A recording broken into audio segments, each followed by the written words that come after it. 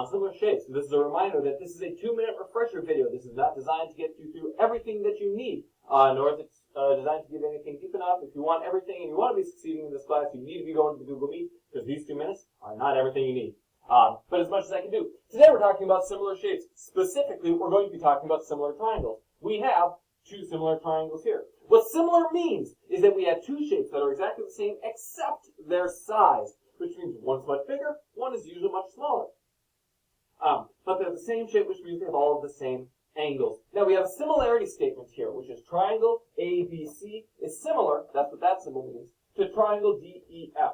And the order of the letters is really important, because what this means is that angle A will be congruent to angle D, B will be congruent to E, and C will be congruent to F. And if you look at our triangles, A to D, B to E, and C to F, if I had written these letters in a different order, like if I put D up here, then these letters would also need to be different. Now, the important thing that we're going to be talking about with triangles today is that the order,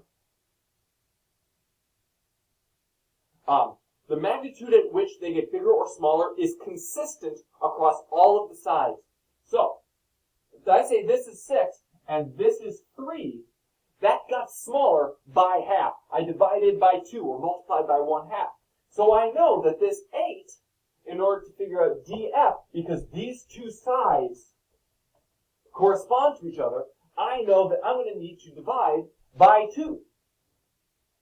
Do not make the mistake of subtracting. Everything we're doing today is multiplication or division. So 6 to 3, we didn't subtract 3, we divided by 2. Divided by 2.